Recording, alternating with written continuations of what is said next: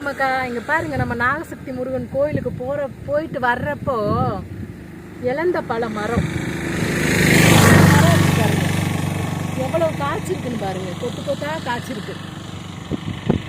இதெல்லாம் முன்னாடி பள்ளிக்கூடம் போகும்போது கிடைக்கும். இப்போ எல்லாம் எங்கடா கிடைக்கலன்னு பேசிட்டே வந்தேன்.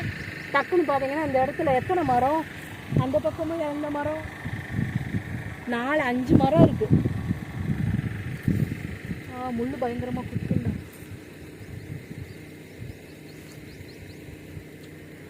நல்லா இருக்கு.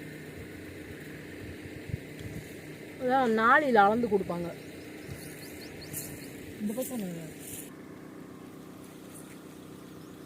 ஸ்கூலுக்கு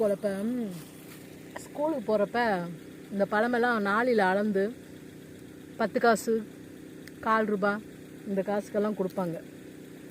ரொம்ப நல்லா இருக்கும். இதோட புளிச்சம்பழம் இதெல்லாம் கொடுப்பாங்க. இதெல்லாம் இப்படி பக்கம் வந்தால் தான் பார்க்க முடியுது, இல்லைன்னா இப்போல்லாம் எங்கேயும் கிடைக்கல.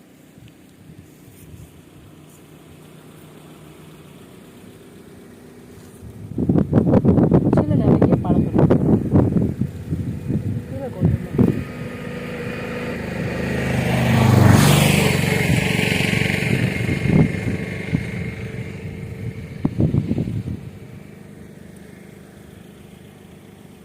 நாட்டு இழந்த பழம் சூப்பராக இருக்குது. இதெல்லாம் எப்படி கிடைக்குமோ தெரியல.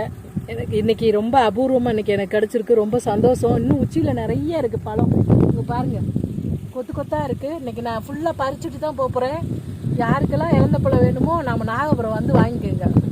சரியா? நன்றி மக்கா, நன்றி.